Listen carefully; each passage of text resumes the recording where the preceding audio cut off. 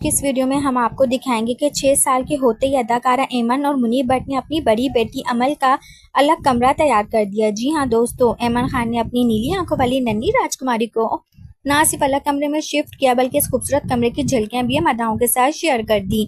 नन्ही अमल को जब पता चला कि इसका अलग कमरा बन गया है तो वो खुशी से उछलने लगे और नाचती रही और इसकी खुशी मासूम मुस्कुराहट में साफ नजर आ रही थी। जैसा कि आप सब जानते हैं कि कुछ ही हफ्ते पहले ऐमन खान ने और मुनीब भट्ट ने अपनी तीसरी बेटी निमल मुनीब को इस दुनिया में खुशामदीद कहा था। नन्ही परी की पैदाइश को ऐमन खान ने बड़े ही शानदार अंदाज में सेलिब्रेट किया और मदाहों ने भी इनकी खुशी में बढ़ चढ़कर हिस्सा लिया। याद है जब अमल और निमल पैदा हुई थी तो ऐमन खान ने कई महीनों तक सोशल मीडिया से ब्रेक ले लिया था, लेकिन इस बार अपनी तीसरी बेटी के पैदा होते ही वो जल्द दोबारा वापस आए और अपनी जिंदगी का आगाज दोबारा से शुरू कर दिया।